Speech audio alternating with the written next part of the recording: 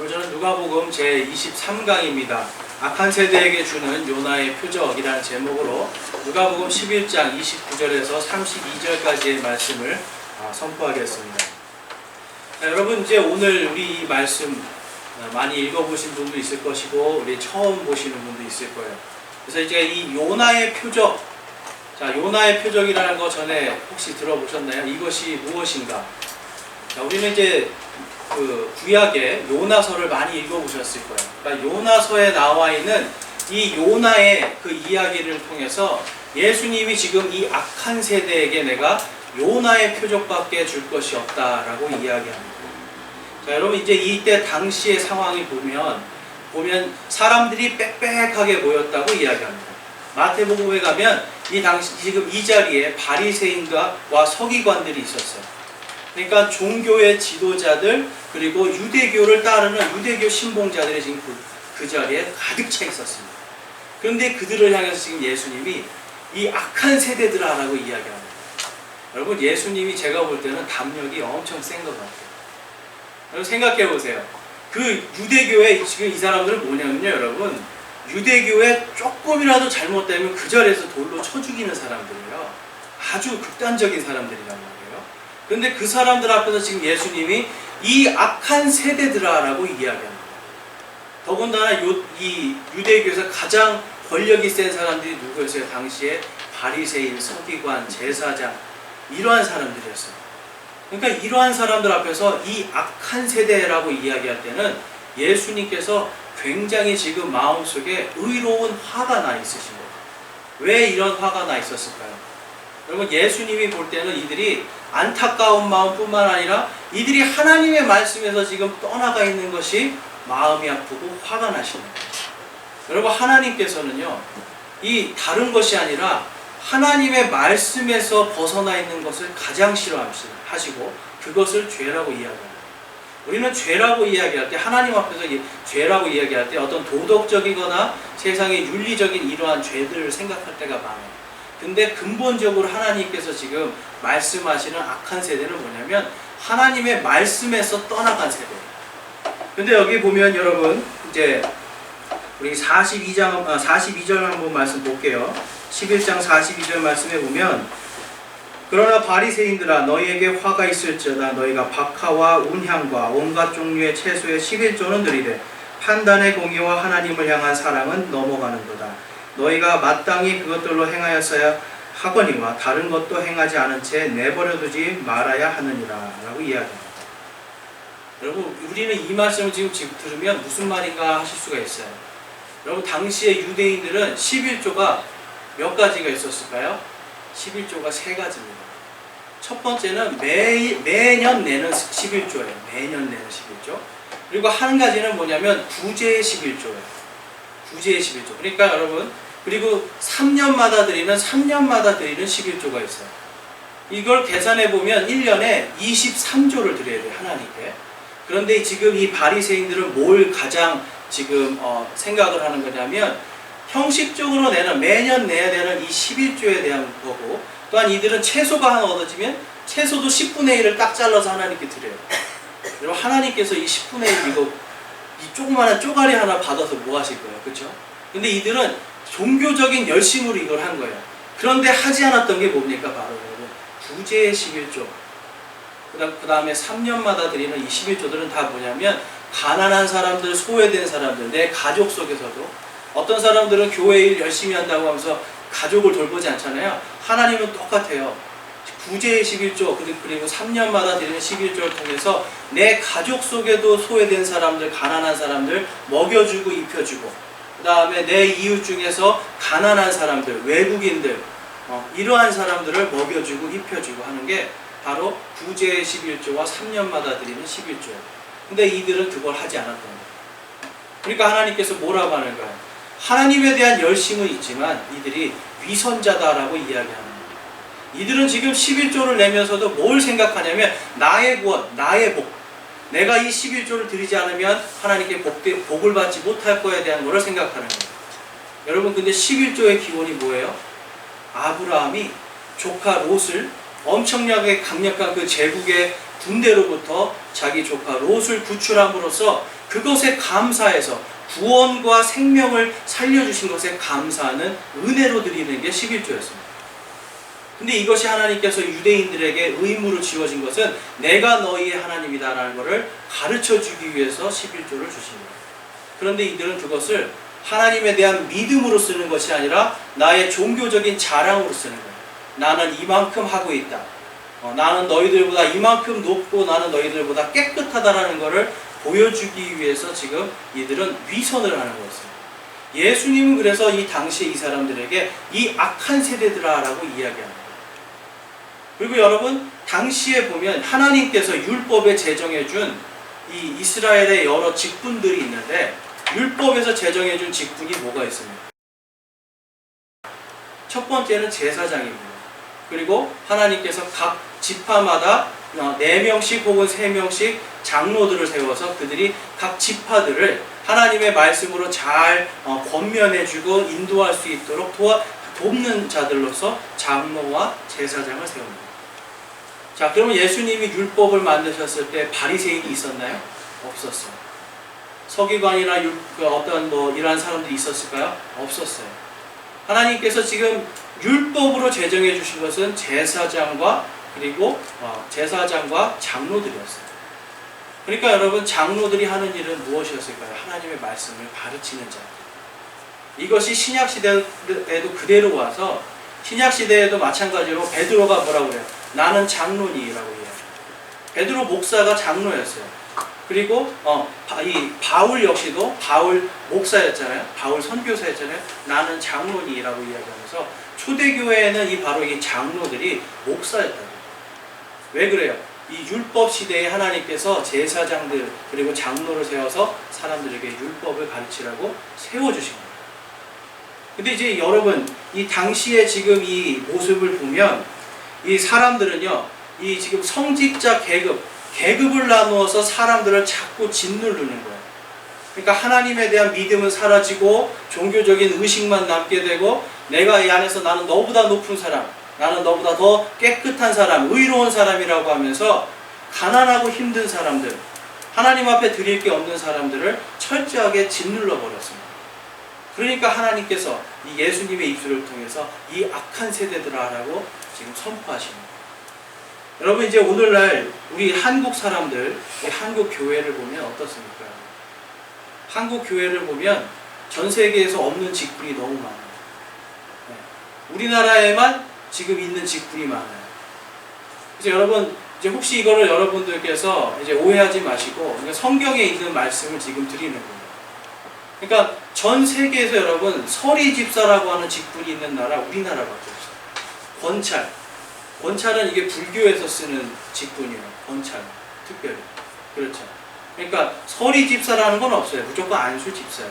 그 다음에 권찰도 없어요. 그리고 이제 권사라는 직분도 성경 어디에서도 얘기하지 않습니다.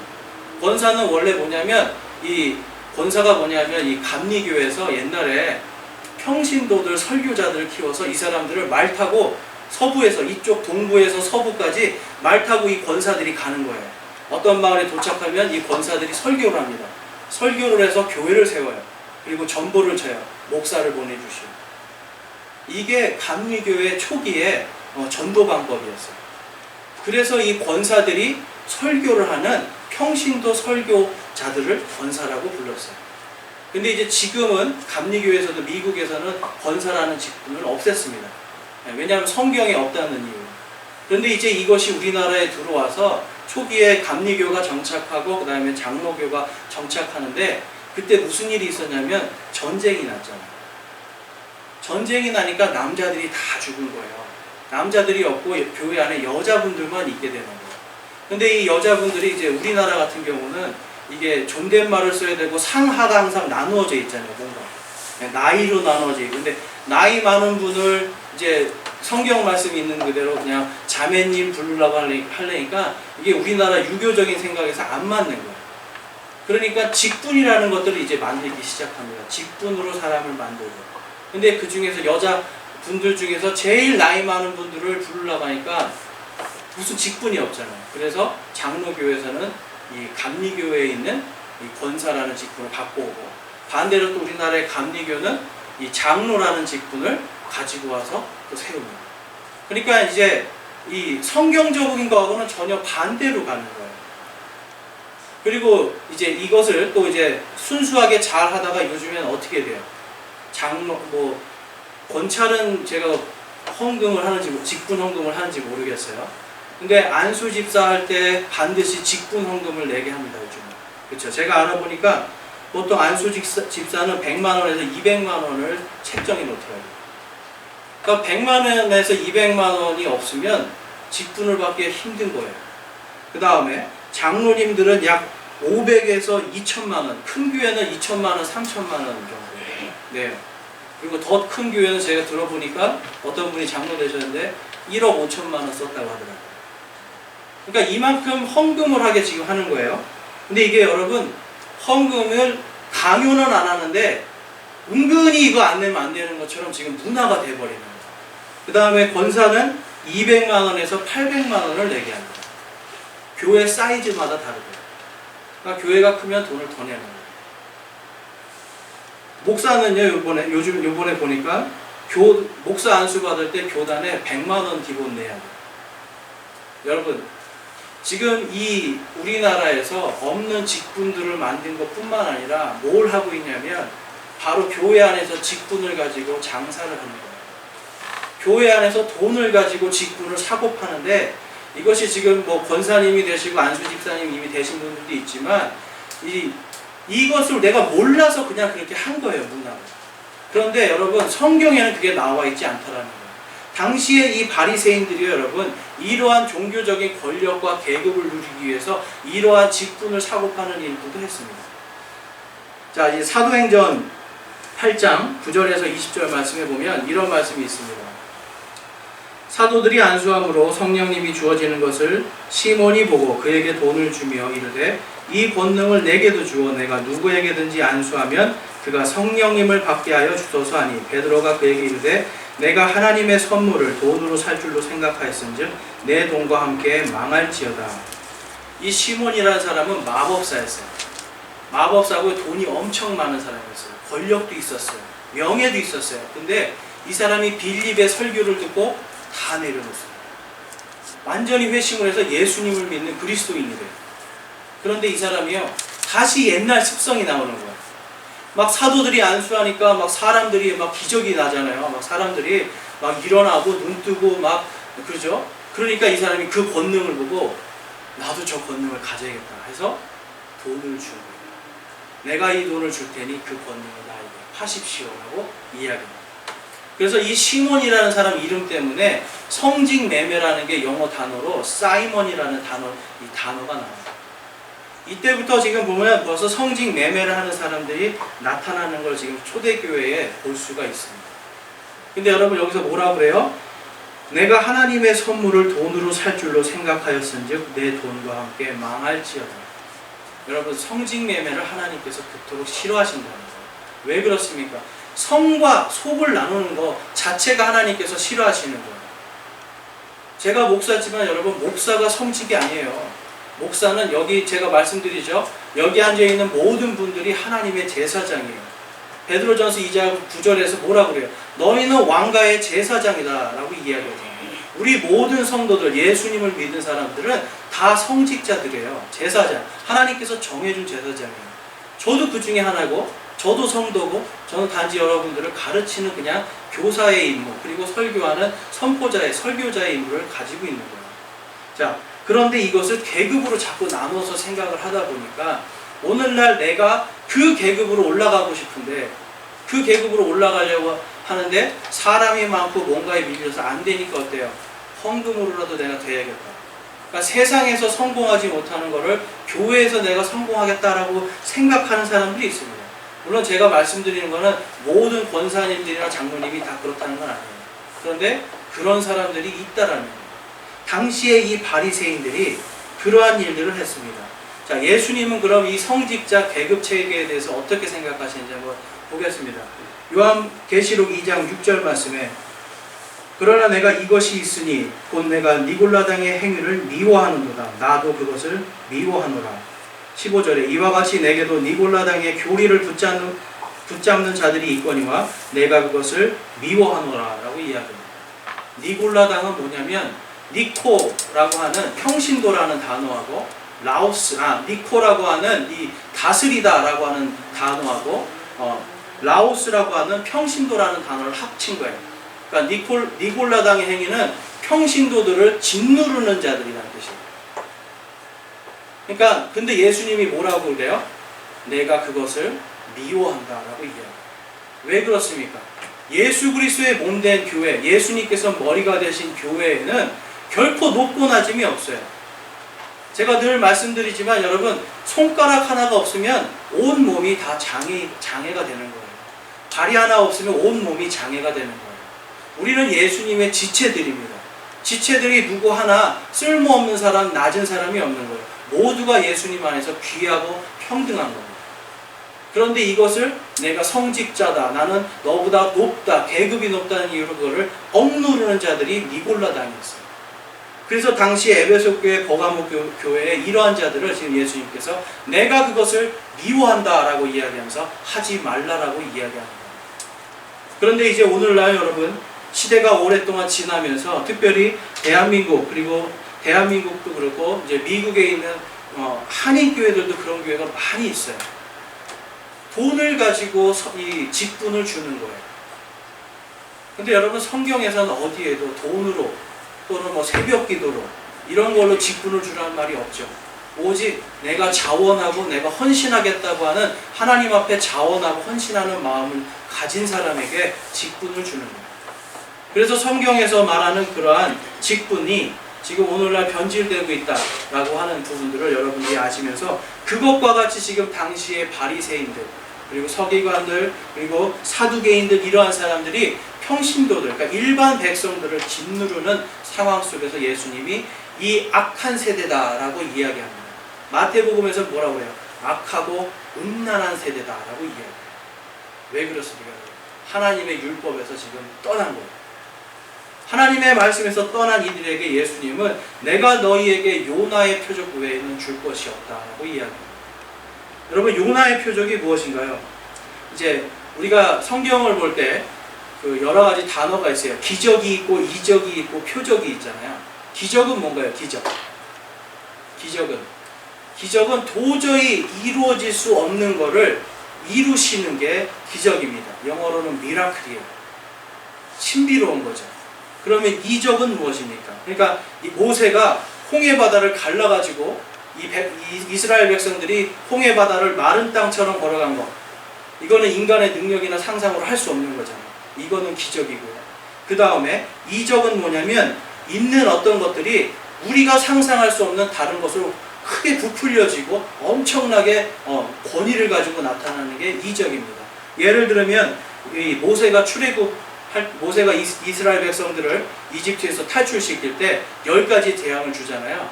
근데 나일강을 피로 만들고, 개구리가 갑자기 많이 나와가지고 괴롭게 만들고, 이가 많이 나와서 괴롭게 만들고, 있는 파리들이 갑자기 많아져서 이 이집트 사람들을 괴롭히고 하는 이러한 것들이 바로 이적입니다.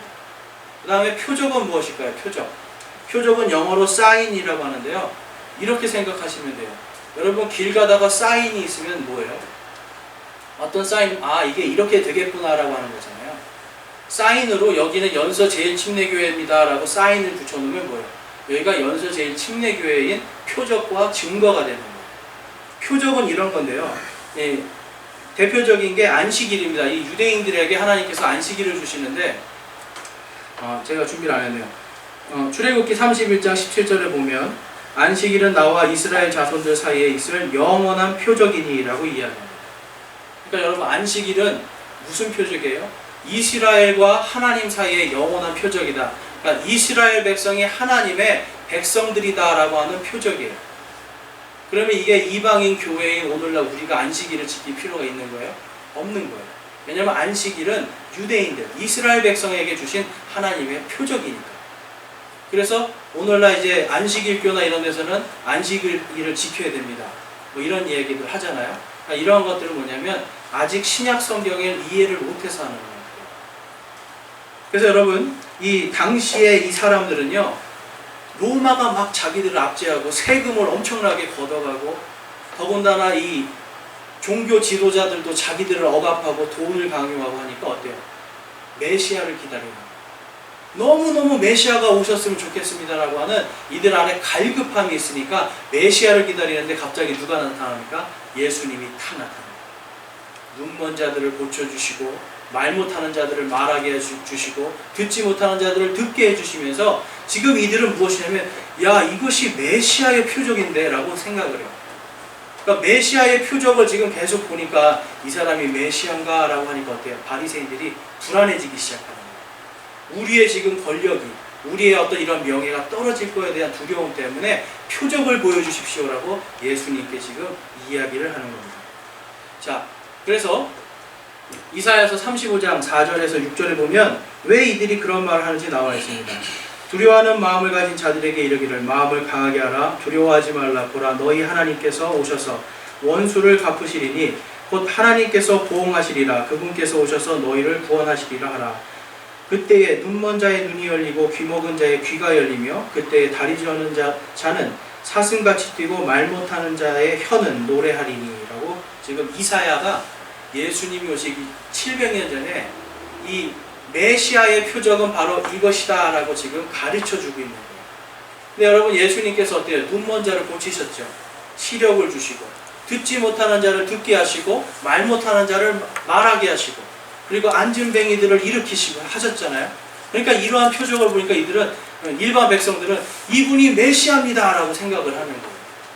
그래서 예수님께서 예루살렘에 입성할 때 사람들이 뭐라고 그래요? 호산나 호산나 다윗의 자손이요 라고 이야기하잖아요. 그게 뭐냐면 우리를 구원하옵소서, 우리를 구원하옵소서, 메시아여 라는 뜻이에요. 그러니까 지금 억눌린 사람들은 어때요? 이분이 메시아라는 걸 믿고 있는 거예요. 근데 종교 지도자들은 어때요?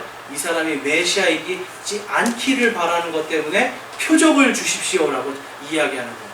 그럼 예수님이 이미 다 보여줬잖아요. 그렇죠?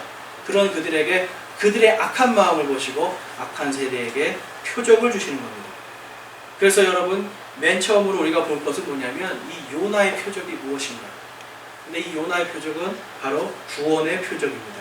오늘 한번 30절 말씀 한번 보겠습니다. 11장 30절 말씀 우리 함께 읽어보겠습니다. 11장 30절입니다. 시작. 이는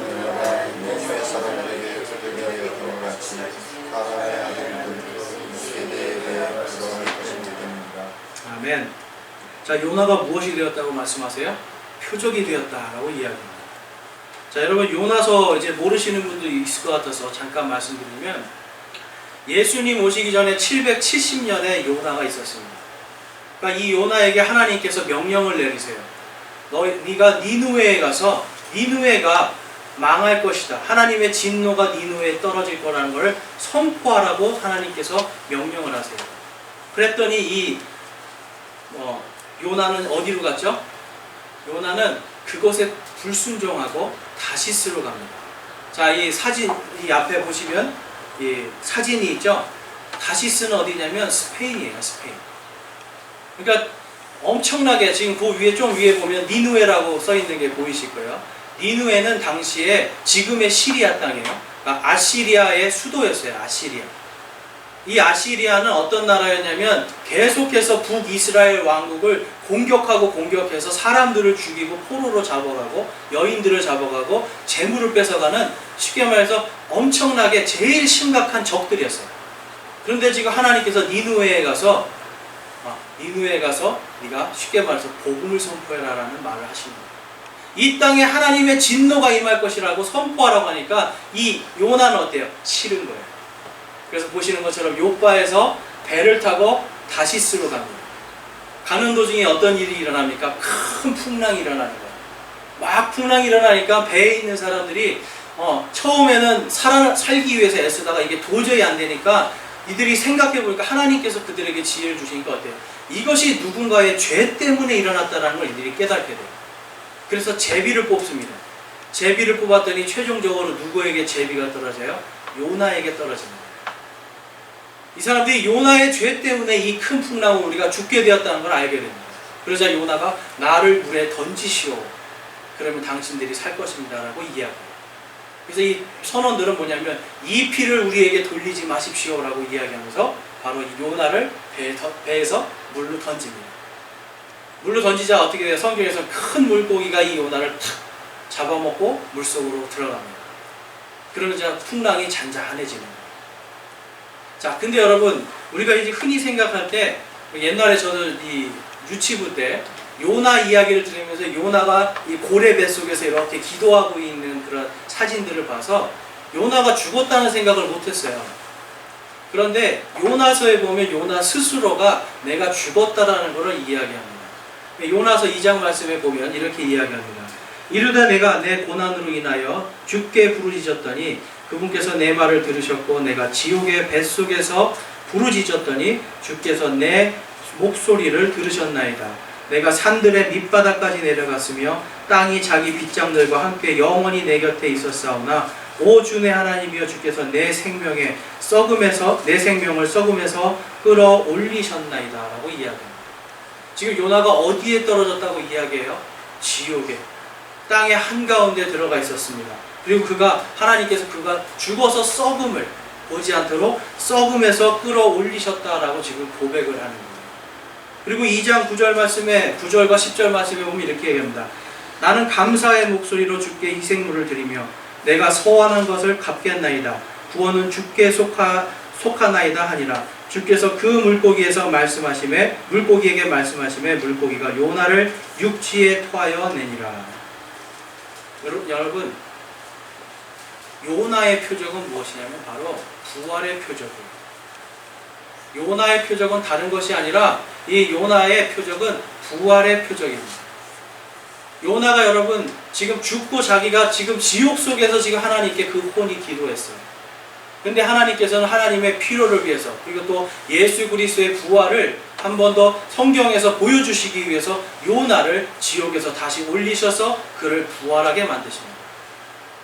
그러니까 여러분 이 요나의 표적이 무엇입니까? 바로 요나의 표적은 부활의 표적, 구원의 표적입니다. 예수님께서는 지금 이 악한 세대들이 예수님 표적을 보여주십시오 하지만 내가 너희에게 내가 십자가에 달려 죽고 3일 만에 다시 부활할 이 요나의 표적밖에는 줄 것이 없다라고 이야기하는 거예요. 왜 그렇습니까? 이 메시아의 마지막 표적은 부활이에요. 부활이 없으면 절대로 메시아가 될 수가 없습니다. 지금도 이스라엘에는요 거의 메시아가 된 사람이 있어요. 5가지를 성취했대요. 메시아의 표적. 그러니까 여기 말한 거 눈먼 사람 뜨게 하고 막 이런 표적들을 해서 이 5가지 성취했는데 이 사람이 표적 성취하지 못한 게 2가지가 있는데 그 중에 하나가 뭐냐면 부활이에요. 아직 안 죽었어요. 이 사람이 죽었다 살아나야 이제 메시아가 되는데 아직 죽었다 살아나지를 못해가지고 아직 살아있어서 메시아가 못 되고 있어요. 근데 이 메시아는요 반드시 부활을 해야만이 그것이 말씀이 성취된다라는 걸 볼 수가 있습니다. 그래서 여러분 이 요나는 어때요? 물고기가 지금 뱃속에서 이 죽어있던 이 요나를 탁 뱉은 거를 사람들이 해안가에 있는 사람들이 본 거예요. 그리고 그것이 이 니누에까지 전달되니까 어떻습니까? 니누에 사람들이 요나를 보고 지금 죽은 자 가운데서 살아난 그 부활의 표적을 보고 요나의 말에 순종하는 거예요. 여러분 생각해 보세요. 이 아시리아는 대제국이에요. 대제국의 수도가 니누에예요. 그러니까 가장 권력이 집중되어 있는 곳이고 왕이 있는 곳인데 요나가 어떻게 합니까 여러분? 3일 길이에요. 이쪽 끝에서 이쪽 끝까지 3일 길인데 이 사람들이 혹시라도 살아날까봐 요나는 하루 동안만 말씀해요. 40일이 지나면 하나님께서 여기에 심판하실 것이다. 아주 짧게 40일 후에 하나님께서 심판할 거다 하면서 그냥 대충 전했어요. 그랬더니 어떤 일이 일어납니다.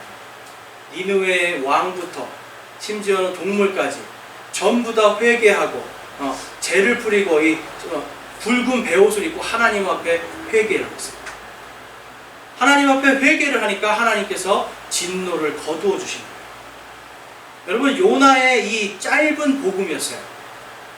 너희들이 살리라도 아니었어요. 하나님의 진노가 임한다라고 할 때 이 니느웨는 자신들의 권력을 내려놓고 자신들의 명예도 다 내려놓고 하나님 앞에서 그들이 무릎 꿇고 회개하니까 하나님께서 구원해 주시는 거예요. 그렇기 때문에 오늘 말씀에서 보면 이 32절에 심판 때 니느웨 사람들이 이 세대와 함께 일어나라고 이야기합니다. 성경에서 뭐라고 말씀해요, 여러분? 마지막 때가 될 때 우리 성도들이, 잠자는 성도들이, 또한 죽지 않고 살아있는 성도들이 모두가 순식간에 변화되어서 공중에서 주를 만나리라. 바로 부활을 말씀하는 거예요. 성도들의 부활이 있습니다. 이 니느웨 사람들은 구원받았다는 거예요. 이들이 한 것은 다른 게 없어요. 하나님의 말씀에 순종하고 회개했습니다. 그러나 당시에 이 유대인들과 바리새인들은 어땠어요? 구원받기 위해서, 복받기 위해서 이들은 11조를 내고 온갖 위선을 다 했지만 하나님께서 너희들의 마음이 나를 떠났기 때문에 심판 때에 너희들은 심판의 자리에, 그리고 너희들은 심판의 자리에, 그리고 니느웨 사람들, 너희의 적군들은 바로 심판석에 앉아서 너희를 심판할 것이다 라고 말씀합니다. 하나님은 지금 성도의 구원에 있어서 이 니느웨 사람들을 통해서 우리에게 부활, 바로 이 요나의 표적이 부활의 표적임을 말씀해주고 있습니다. 여러분, 이 시대, 이 지금 우리가 살고 있는 시대가 제가 악하다고 말씀드렸는데 하나님께서는 이 시대에도 동일하게 우리에게, 여러분, 동일하게 요나의 표적을 주세요. 무엇입니까, 여러분? 교회 안에서 높고 낮음을 따지라는 게 아니에요. 하나님께서 너에게 많은 복을 주고 안 주고 이거를 생각하는 게 아니에요. 너의 생명을 위해서, 마지막 때 부활과 그 영광의 자리를 위해서 나를 위해 십자가에 죽으시고 피 흘리시고 3일 만에 부활하신 그 예수 그리스도를 바라보면서 그분만을 따라가라고 지금 예수님께서 오늘도 우리 악한 세대들에게 말씀하고 있는 겁니다. 여러분, 악한 세대는 제가 아까 말씀드린 그런 잘못된 사람만 얘기하는 게 아니에요. 저도 악한 세대예요. 하나님 앞에서 결코 저도 선하다고 말할 수가 없어요. 우리 모두는 악한 세대들이에요. 돈을 사랑하고 하나님보다 더 사랑하는 것들이 얼마나 많습니까? 하나님의 말씀에서 떠나가 있는 것이 얼마나 많습니까? 우리 모두가 악한 세대이기 때문에 하나님, 그리고 예수님은 오늘도 우리에게 너희에게 줄 표적은 요나의 표적밖에 없다라고 말씀해요. 여러분, 예수 그리스도의 부활이 나의 부활입니까? 여러분, 그 부활의 기쁨과 그 감사로 살아가는 겁니다. 다른 것에서 여러분 복을 얻으려고 하지 마시고 다른 것에서 기쁨을 얻으려고 하는 것이 아니라 예수님께서 나를 부활시켜 주시고 그 부활의 기쁨과 감사로 살아가는 겁니다. 그래서 여러분, 이제 물 한 잔 마시겠습니다. 우리가 이 고린도전서에 보면 이거 고린도전서 제가 준비 안 했네요. 고린도전서 15장 12절에서 14절에 보면 이제 그리스도께서 죽은 자들로부터 일어나셨다고 선포하셨거늘 어찌하여 너희 가운데 어떤 자들은 죽은 자들의 부활이 없다고 말하느냐. 만일 죽은 자의 부활이 없으면 그리스도께서 일어나지 아니하셨느니라 라고 말씀합니다. 그리고 또 그리스도께서 일어나지 아니하셨으면 우리의 선포하는 것이 헛것이요 너희의 믿음도 헛것이며 라고 이야기합니다. 여러분, 우리는 예수님을 믿을 때 십자가를 바라보는 게 맞아요. 그런데 요나의 표적인 예수님의 부활까지 우리는 바라봐야 됩니다. 부활을 믿지 못하면 어떻게 돼요? 로마서 10장 9절 10절에서는 뭐라고 그래요? 믿음, 우리의 구원은 바로 예수 그리스도의 부활까지 믿는 것을 우리가 구원을 받는 거예요. 그리고 오늘 말씀에서는 뭐라고 말합니까? 우리가 그 예수 그리스도의 부활을 믿지 아니하면 헛것이다 라고 이야기합니다. 그런데 이제 시대가 앞으로 점점 여러분 악해지면 분명히 나중에는 여러분 예수님의 부활은 없다라고 이야기하는 사람들이 많을 것입니다. 또한 성도들의 부활은 없다라고 이야기하는 사람들이 많을 것입니다. 왜 그렇습니까? 지금 이 땅에서의 하나님께서 주시는 복과 은혜로 그거를 계속 강조하면서 기복주의와 번영주의로 가면 어떻게 돼요? 이 땅에서의 삶을 자꾸만 우리는 추구하게 되거든요. 그러다 보면 어때요? 예수님께서 다시 오시는 거. 대부분 여러분 물어보면 내일 예수님 오셨으면 좋겠다고 생각하시는 분 손 들어보세요. 그러면 몇 명 손을 못 들어요. 여기서는 안 하겠습니다. 그래서 물어보면 예수님 조금만 더 있다 오셨으면 좋겠대요. 그래서 한 부류는 돈이 너희가 너무 많아서 이거 좀 한번 다 써보고 죽고 싶다고. 다 써보고 하늘나라 가보고 싶다고. 또 한 부류는 뭐냐면 내가 너무 예수님 앞에 가기에 부끄러워서 좀 더 있다 오셨으면 좋겠다고. 여러분, 부끄러워서 더 있다 오셨으면 좋겠다는 게 참 좋은 말이지만 실제로 그게 아니에요. 예수 그리스도의 부활과 나의 부활이 나의 살아있는 소망이 되어야 예수님께서 내일 오셨으면 좋겠습니다, 지금 당장 오셨으면 좋겠습니다라고 하는 그 믿음의 고백이 생기게 되는 겁니다. 다음으로 우리가 살펴본 것은 이 요나의 표적은 여러분 심판의 표적이라는 거예요. 심판. 우리 한번 31절 말씀 보겠습니다. 누가복음 11장 31절 말씀.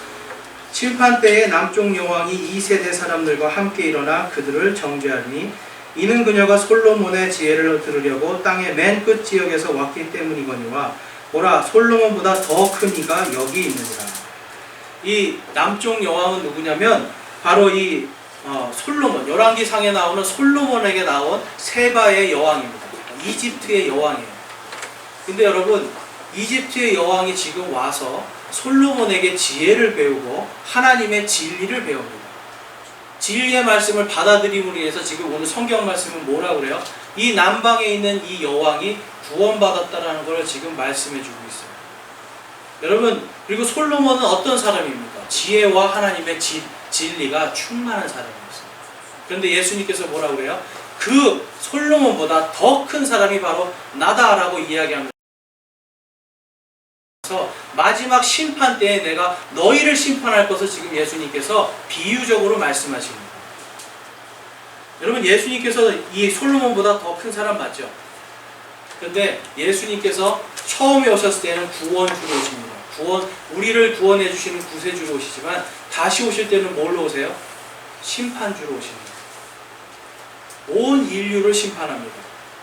근데 그 심판의 목적에 대해서 요한복음 19장에 보면 뭐라고 하냐면 정죄, 죄에 되어라 함은 너희가 나를 믿지 않기 때문이요라고 이야기하면서 성령님께서 오셔서, 바로 성령님께 오셔서 우리의 죄에 대해서 정죄하시는 게 무엇을 정죄하냐면 바로 우리가 예수 그리스도를 믿지 않은 것을 정죄하겠다라고 말씀합니다.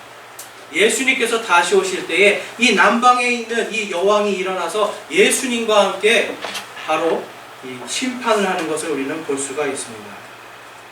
그래서 여러분, 아까 말씀드린 것처럼 요나의 표적은 부활의 표적, 또한 우리 성도들의 표적이잖아요. 그래서 요한계시록에 20장 6절에 이렇게 말씀합니다. 첫째 부활에 참여하는 자는 복이 있고 거룩하도다. 둘째 사망이 그들을 다스릴 권능을 갖지 못하고 도리어 그들이 하나님과 그리스도의 제사장이 되어 1000년 동안 그분과 함께 통치하리로다 라고 말씀합니다. 여러분, 첫째 부활이 뭐예요? 첫째 부활은 바로 이 성도들의 부활이에요. 성도들의 부활이 바로 둘째 사망이 이르기 전까지 1000년 동안 예수님과 함께 제사장으로서 예수 그리스도의 제사장이 되어서 1000년 동안 그분과 함께 통치한다라고 성경이 말합니다. 여러분, 제사장이 하는 게 일이 뭐예요? 하나님의 말씀으로, 율법으로 해서 만약에 어떤 사람이 부정해요. 피부병이 났어요. 그럼 그 사람이 성전에 들어가려면 어떻게 해야 돼요? 제사장이 보고 들어갈 수 있다, 없다를 심판하는 거예요. 어떤 사람이 다리를 절고 옵니다. 제사장이 보고 들어갈 수 있다, 없다를 심판하는 거예요. 하나님의 왕국에 들어갈 수 있다, 없다를 심판하는 게 바로 제사장이에요. 그래서 마지막 때 우리가 다 예수 그리스도를 믿는 성도들이 다 부활해서 뭐 하는 거예요? 이 남방 여왕과 같이 너희들이 하나님의 왕국에 들어갈 수 있다, 없다를 심판하는 거예요. 그러니까 여러분, 이 첫째 부활에 들어가는 게 어떤 겁니까? 복된 겁니다. 첫째 부활에 들어가야 돼요. 예수 그리스도를 믿는 사람들이 첫째 부활에 들어가야 돼요. 그러니까 예수님을 믿는 게 여러분 얼마나 복된 건지 이해가 되시죠? 예수님을 내가 믿는다라는 것은 바로 이 첫째 부활에 영광이 기다리고 있다는 거예요. 자, 두 번째 보면, 오늘 말씀에 보면 심판 때 니느웨 사람들이 이 세대와 함께 일어나 이 세대를 정죄하리니 이는 그들이 요나의 선포로 인해 회개하였기 때문이거니와 보라, 요나보다 더 큰 이가 여기 있느니라 라고 말씀하면서 예수님이 요나의 표적으로 뭐라고 그래요? 너희들이 가장 싫어하는 너희들의 적군인 바로 니느웨도 회개함으로 하나님의 왕국에 들어가는 것을 보지 않았느냐? 회개하라는 거예요. 회개하라, 하나님의 왕국이 가까이 왔노라. 예수님의 선포였잖아요. 바로 이 마지막 때에 첫째 부활에 참여하지 못한 사람들은 이 심판에 들어갈 수밖에 없다는 거예요. 그래서 요한계시록 20장 이제 또 보면 11절에 보면 또 내가 크고 흰 왕자와 그 위에 앉으신 분을 보니 땅과 하늘이 그분의 얼굴을 피하여 물러가고 그것들의 자리가 보이지 아니하더라. 또 내가 보며 죽은 자들이 작은 자나 큰 자나 할 것 없이 하나님 앞에 서 있는데 책들이 펴져 있고 또 다른 책이 펴져 있으니 곧 생명책이라 죽은 자들이 자기 행위들에 따라 책들에 기록된 것들에 근거하여 심판을 받았더라. 이건 지금 천년왕국 지난 다음에 아까 말씀드린 남방여왕 그리고 니느웨 사람들이 다 일어나서 지금 하나님의 흰 보좌 심판 앞에서 같이 심판을 하는 그 내용입니다. 그런데 거기 13절에 보면 바다가 자기 속에 있던 죽은 자들을 내주고 또 사망과 지옥도 자기 속에 있던 죽은 자들을 넘겨주며 그들이 각각 자기 행위들에 따라 심판을 받았고. 여러분, 이게 무슨 말씀이에요? 예수 그리스도를 믿지 않고 죽은 사람들, 지금 지옥에 있는 사람들, 그러한 사람들을 다 땅속에 있는 그 온 세계로 흩어진 그들의 육신들을, 바다 속에 있는 그 육신들을 다 불러 모아서 둘째 사망의 부활로 이들을 다 부활시킨다는 거예요. 그러니까 여러분, 예수님 안 믿는 사람도 부활합니다. 그런데 예수님 안 믿는 사람들은 뭘로 부활하는 거예요? 심판의 부활이에요. 그래서 누구든지 생명책에 기록된 것으로 드러나지 14절에 사망과 지옥도 불호수에 던져졌더라. 이것은 둘째 사망이라 라고 이야기합니다. 첫째 사망은 뭐예요? 우리의 육신이 죽는 거예요. 둘째 사망은 뭐예요? 우리가 예수님을 믿지 않는 사람들이 예수님 앞에 부활해서 그 흰 보좌의, 흰 왕좌의 심판 앞에서 완전히 최종적으로 심판받고 육신을 가지고 불호수 속에 던져집니다. 성경에 보면 불호수에 지옥도 던져지고 이 마귀도, 사탄도 던져지고 사망도 던져진다고 말씀하고 있어요. 그러니까 여러분, 우리가 진짜 소망해야 될 게 뭐예요? 바로 요나의 표적입니다. 교회에서 여러분, 우리가 교회 다니면서 하나님의 은혜를 많이 소망하잖아요. 그 은혜가 진짜 뭔지 아세요, 여러분? 진짜 은혜는 우리가 바로 첫째 부활에 들어가서 하나님께서 우리에게 약속하신 것처럼 그리스도의 제사장으로서 바로 마지막 때 하나님의 그 보좌 우편에 좌편에 우리가 서 있을 수 있다는 게 진짜 하나님께서 주시는 은혜예요. 이게 바로 여러분 부활의 소망, 살아있는 소망입니다. 근데 여러분, 오늘날 이러한 것들이 이제 기복주의, 번영주의, 은사주의 이런 것들로 버무려지면서 우리 성도들이 여러분 진정한 예수 그리스도를 묵상하고 그분으로 만족하는 것이 아니라 자꾸만 표적을 원해요. 표적을 원합니다. 여러분, 그래서 대표적으로 어떤 목사님들이 이런 말 많이 들어보셨어요. 있을 거예요, 여러분. 11조 안 내면 천국 못 갑니다. 새벽기도 안 가면 천국 못 갑니다. 그리고 뭐예요, 여러분? 방언 못하면 천국 못 갑니다. 이런 얘기하죠. 성경에 그런 얘기가 있어요? 결코 없습니다. 여러분, 방언에 대해서 제가 한번 말씀드리면, 방언은 무엇입니까? 방언. 여기 보면 이렇게 말씀하고 있습니다. 고린도전서 14장 21절에 율법에 기록된 바, 지금 이제 구약 성경을 이야기하는 거예요. 내가 다른 언어들과 다른 입술들을 가진 사람들을 써서 이 백성에게 말하리라. 그러나 그 모든 것에도 불구하고 그들이 내 말을 듣지 아니하리라. 주가 말하노라 하였으니. 여기에서 이 백성은 누구입니까? 유대인들이에요. 하나님께서 지금 내가 이 백성들에게 다른 언어들로 이야기하겠다. 그러면 방언이 1차적으로 누구를 위한 방언입니까? 유대인들이에요. 유대인들이 이것을 깨닫고 예수 그리스도께서 나의 구세주, 우리가 기다리던 메시아였구나라는 것을 깨닫게 하기 위해서 방언을 주시는 거예요. 그 다음 말씀 보겠습니다. 그러므로 타 언어들, 이 타 언어들은 방언을 이야기하는 겁니다. 타 언어들은 믿는 자들을 위한 표적이 아니요 믿지 않는 자들을 위한 표적이라되 대언은 믿지 않는 자들을 위한 것이 아니요 믿는 자들을 위한 것이니라. 자, 지금 방언은 누구를 위한 거라고 말씀하고, 누구의 표적이에요? 누구를 위한 표적? 믿지 않는 자들의 표적입니다. 그러니까 여러분, 믿지 않는 자들에게 하나님께서 왜 방언을 주셨겠어요? 이 고린도전서 14장에서 뭘 얘기해요? 방언하는 자는 반드시 통역을 세워라 라고 이야기해요. 왜 그렇습니까? 그것은 여러분 그냥 허튼 소리를 하는 게 아니라 예수 그리스도의 그 생명의 복음을 전하는 거예요. 그래서 이 제자들이 성령을 받고 오순절에 성령을 받고 방언으로 예수 그리스도의 복음을 선포하니까 어떻게 돼요? 3,000명의 사람들이 그날 회심하고 그날 침례를 받고 그날 교회로 들어오는 겁니다. 왜 그렇습니까, 여러분? 바로 하나님께서 이스라엘 백성들에게 구약시대, 구약 말씀에서 다른 언어들로 너희에게 복음을 선포하겠다고 하신 그 말씀이 성취가 된 걸 이들이 딱 깨달아 버리는 거예요. 그러니까 여러분, 방언은 지금 오늘 우리 교회가 성도들에게 지금 이것이 꼭 필요한 걸까요? 그렇지 않습니다. 이거는 지금 1차적으로 이 백성, 유대인들이 깨닫고 주님께 돌아오기를 원하는 거예요.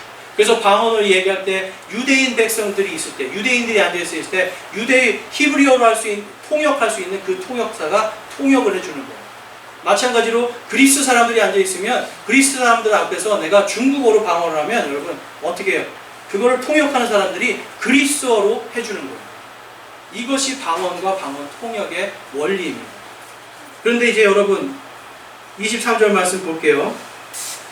그러므로 온 교회가 다 같이 한 곳에 모여 모두 타 언어들로 말하면 배우지 못한 자나 믿지 않는 자들이 들어와서 너희가 미쳤다고 하지 않겠느냐라고 이야기합니다. 자, 그러면 방언은 여러분 방언을 배웠다는 게 아니에요. 언어를 로마 사람들이 쓰는 라틴어나 그리스어나 히브리어를 배운 사람들은 어때요? 방언으로 하는 거를 알아듣고 이 사람들이 지금 무슨 말을 하는구나 하고 구원을 받을 수 있어요. 그런데 배우지 못하고 믿지 않는 사람들이 보면 지금 이 자리에 와서 여러분 제가 만약에 중국말로 막 얘기를 해요. 그러면 중국말인지 아닌지 모르는 사람들은 어떻게 되겠어요? 미쳤구나 얘기하는 거예요. 근데 요즘에 우리 중국말 많이 들어보니까 중국말 하는 것 같다라고 얘기하는데 여러분 당시에 이 방언이라는 게 그래서 통역이 필요했던 거예요. 다른 게 아닙니다. 그래서 뭐라고 그래요? 방언 통역하는 사람이 없으면 교회에서 절대로 하지 말아라라고 이야기합니다. 왜 그래요? 교회가 미친 사람들의 모임이래요. 하나님의 영광을 가리기 때문에 그것을 하지 말라라고 지금 말씀하고 있습니다. 그래서 여러분 이사야서에 보면 이사야서 28장 11절에 보면 그분께서 더듬는 입술과 다른 언어로 이 백성에게 말씀하시리라 라고 하는 그 말씀이 성취가 돼요. 베드로후서에 보면 베드로후서 2장 1절에서 3절 말씀에 보면 그러나 백성들 가운데 거짓 대언자들이 있었던 것 같이 너희 가운데도 거짓 교사들이 있으리니 그들은 정죄받을 이단 교리들을 몰래 들여와 심지어 자기들을 사신 주를 부인하기까지 하고 자기를 위해 신속한 파멸을 가져오리라. 여러분 방언으로 구원받는다라고 가르치는 것은 거짓 교사들입니다. 그리고 심지어 여러분 예수 그리스도의 보혈의 피를 값싼 것으로 만드는 거예요. 예수 그리스도의 보혈의 피 외에 다른 걸로 방언으로 구원받는다고 하는 것은 여기 하나님께서 뭐라고 말씀하시는 거예요? 이단 교리를 가지고 들어온 거짓 교사들이다라고 말씀합니다. 여러분 마지막 때에 지금 이러한 교리들이 많은 교회에 퍼져 있어요. 여러분 속으시면 안 돼요. 오직 하나님의 말씀대로 오직 예수 그리스도의 보혈의 피와 그분의 부활을 통해서 우리가 구원을 받는 겁니다. 그 부활을 통해서 우리가 심판에 들어가지 않도록 주님께서 정하신 겁니다. 여러분 마지막 지금 악한 세대에 있어요. 우리는 다 느껴요. 그런데 성경 말씀에서 뭐라고 하는지를 정확하게 모르니까 이게 악한 것 같은데 라고 생각하면서 그냥 넘어가요. 그리고 목사가 이야기하면 그냥 맞겠지 하고 넘어가요. 여러분 그게 아니에요. 마지막 세대로 갈수록 우리 성도들은 하나님의 말씀으로 이것이 맞는가 그런가를 여러분 살펴보아야 됩니다. 제 말도 여러분 오늘 집에 가셔서 성경 말씀으로 살펴보세요.